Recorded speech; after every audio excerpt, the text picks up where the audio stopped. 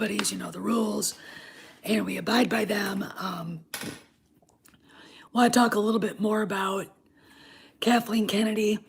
Valiant Renegade today in his video conversation with Cameron, basically, we can all assume that everybody was right. Kennedy is no longer in charge of Star Wars at all. Favreau and Filoni are now the ones doing the movies. The only thing she's really doing right now is Indy 5, and WDW Pro insists that she's an executive producer now. They've gone on an extended early vacation. I saw one picture taken, I'm going to say it was in London.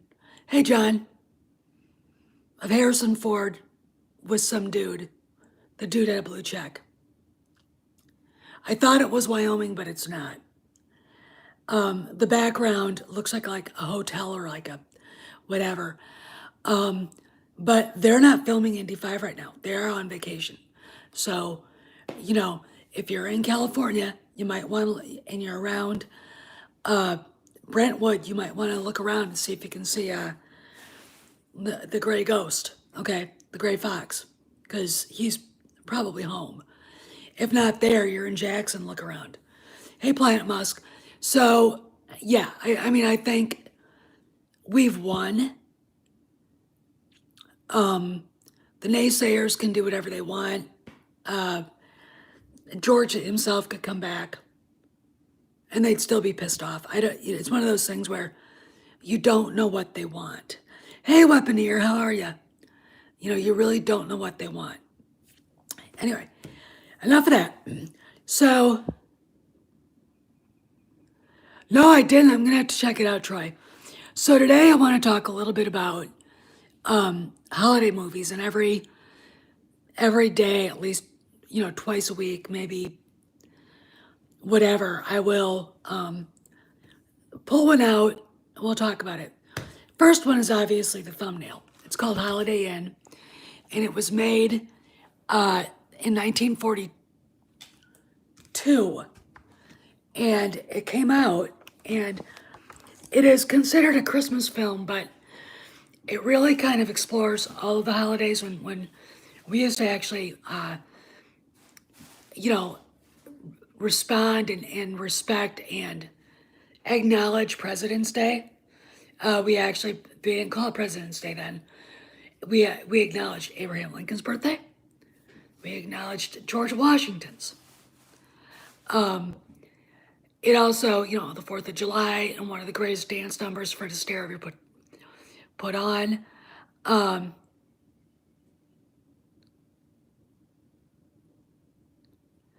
Oh, thanks.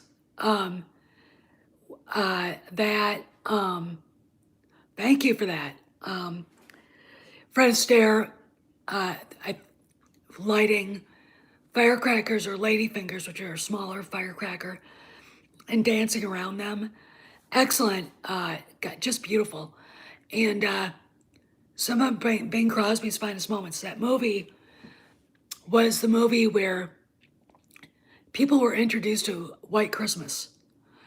Hi, Matt Piranha. White Christmas is still the biggest selling single of all time.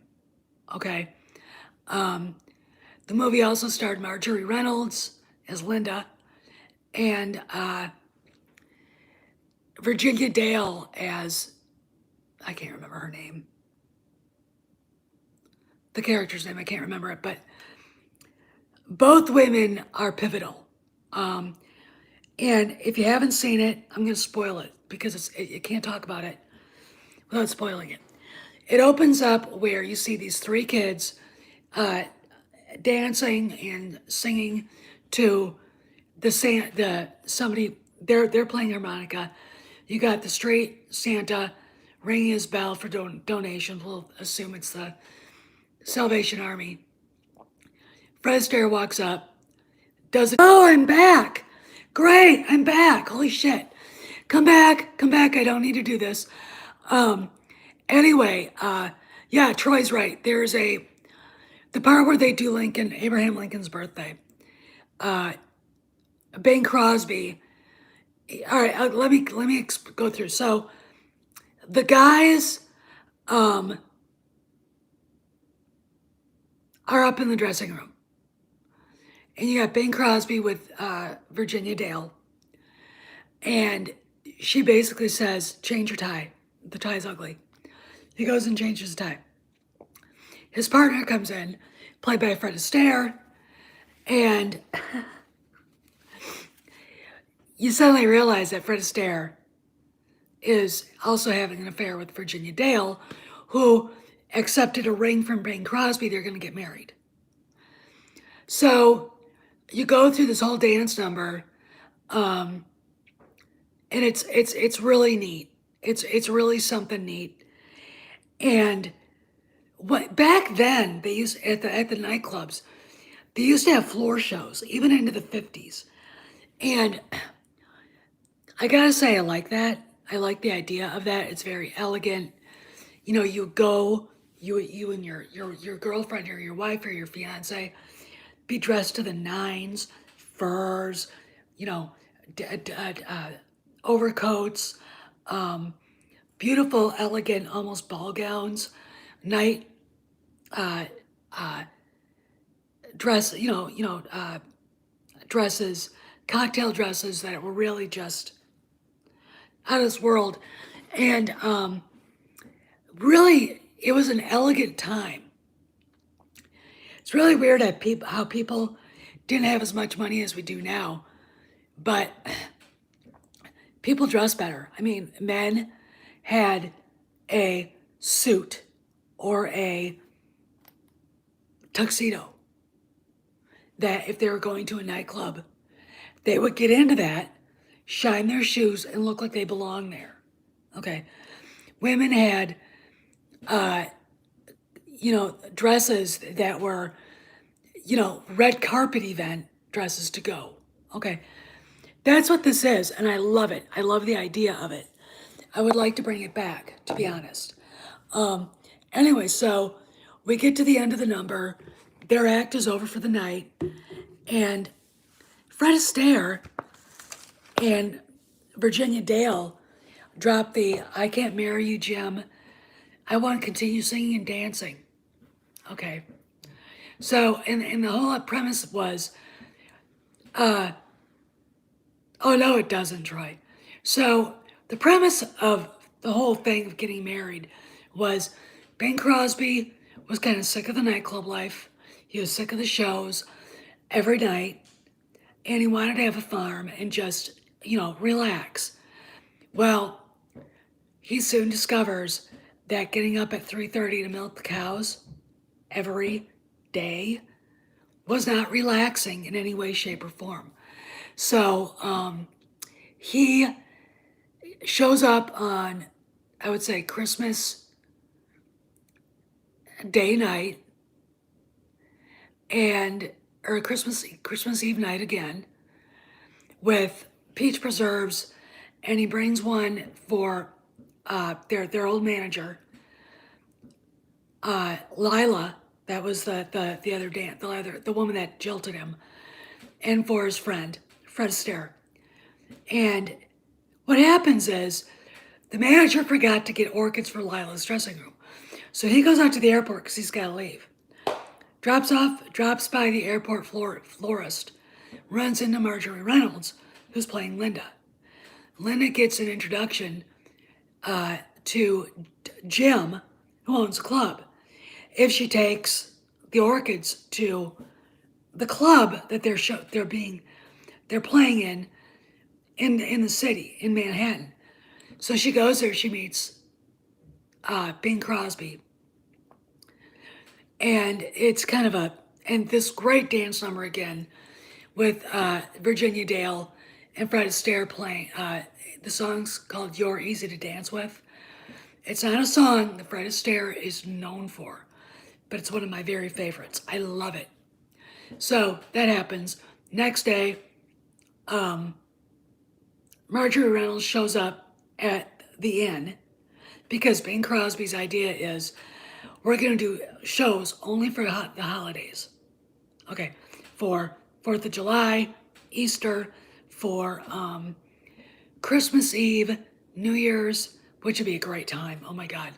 Um, Lincoln's birthday, Washington's birthday, Valentine's Day, 4th of July, like I said, you name it, Halloween maybe. So she goes and things happen and they end up talking inside. Then we get introduced to White Christmas and the movie continues. And it goes into the guys are basically fighting over her because Fred Astaire wants her to be his dance partner. And then his idea was he fell in love with her too, which is, you know, that character is very interesting because he's really kind of shallow. But if you know any of the social mores back in the day, if you were dating a girl, it didn't mean you were going steady. All right. She might be seeing other guys, and that was perfectly acceptable back then. You were courting her. Okay. So when I saw that, my husband was kind of upset, and I go, look, that's what they did. That's what they did. All right. And my dad always said women always were the ones that chose.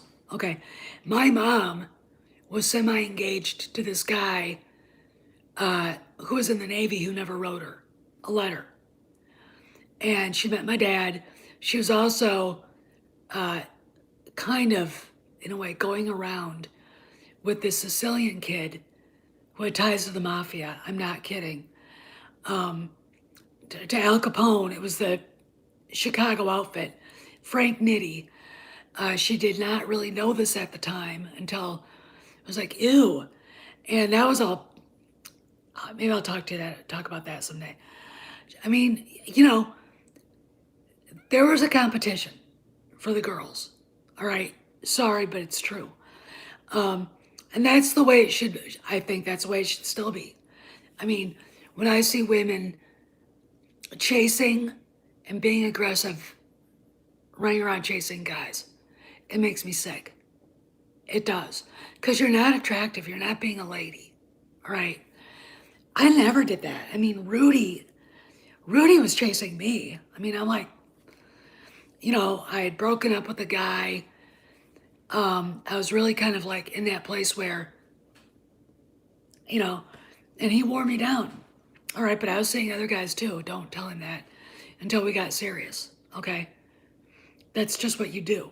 Okay, I wasn't, nothing serious. Dinner, I'm going home, goodbye. Okay. But it's really interesting. The guy you want to talk to late at night is the guy you end up with, and that was Rudy. All right, that was Rudy. When I was comparing everybody else, and I wanted to date, I was done with dating politicos. I was like, okay, I need to find a real man. Are there any in Washington? Military guys. Rudy, there you go. He won, they lost, their loss. Okay, so that's what's going on here in Holiday Inn. Meanwhile, Virginia Dale's character ran off with a guy that said he was a millionaire. Okay, before New Year's. This is how Fred Astaire gets involved with Holiday Inn, the Bing Crosby's thing. And he decides, because Bing Crosby's trying to hide Linda, discovers that, Linda was the blonde in blackface, and he's just there. He's just there. Fred Astaire is. So, 4th of July, a couple of Hollywood dudes show up, and they need Linda to be part of the act. And she gets waylaid because Bing Crosby's like, I don't want her to leave. I'm gonna make sure she doesn't get here. Fred Astaire does the dance by himself. Linda shows up with Lila, because Lila was gonna come instead. That's how Bing Crosby had this all set up, and dance with Astaire, and then they could go off and whatever. And let's put it this way. Linda shows up and she is pissed. Now, I'm going to tell you something here. That woman did not get violent, did not scream, but she reduced Bing Crosby to the size of an ant. And that is the way it should be, okay? That is the way it should be. Because he was basically trying to keep her there. Go on. And the song, I've Got Plenty to Be Thankful For, Bing Crosby plays that. You gotta understand, Irving Berlin did all the music. All of it. This is basically his musical. And Bing Crosby's moping that Linda's gone. She's gonna end up marrying Fred Astaire, which is like, that'll last about 3.5 seconds. Trust me, she'll be available in a year. And Mamie, the black cook and housekeeper, basically Bing Crosby's housekeeper, basically challenges him and said, you're moping around here because some slicker stole your gal. And she says, you gotta talk to her. You didn't talk to her, you gotta talk to her. Mamie's the smartest person in the whole freaking movie. Okay? She's the wisest. Okay? I'm gonna assume that her husband was there too, working too, helping Bing Crosby. So Bang shows up. They're filming the last scenes for this movie they're doing about Holiday Inn.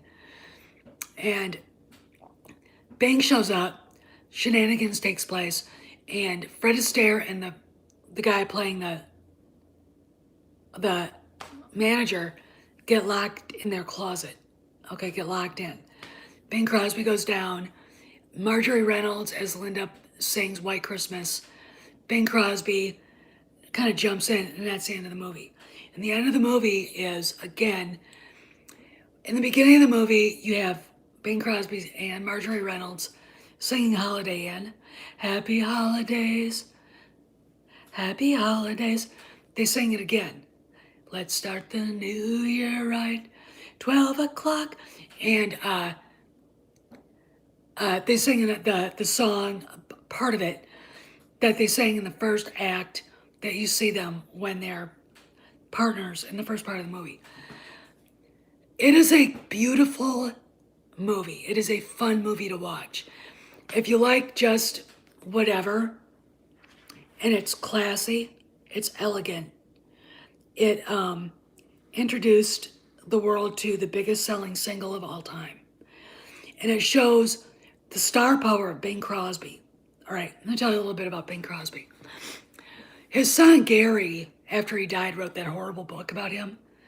And basically, there were people in Hollywood who were trying to cancel him because, he was abusive. And you find out later that it was nothing but lies. That his wife had always had emotional problems, Dixie. Dixie also died young because she had cancer. She died of cancer. And it broke his heart. And their sons were, they inherited some of her mental issues. Mental illness is inherited in families. And I think at least 2 of them killed themselves. I'm not sure. I think Gary is still alive, Gary Crosby, but he wrote a vicious book about his father. Vicious. And when you start peeling back the onion, you're like, wow, aren't you an asshole? When you look at that, at what he wrote. Because when Bing Crosby met his second wife, Catherine was a starlet. She's on a movie lot. She's running past, and she hears this deep baritone goes, hey, Tex, where are you going and what's the hurry? Bing Crosby. And it was like that. They got married. He had more kids. Mary Catherine, y'all remember her from Dallas.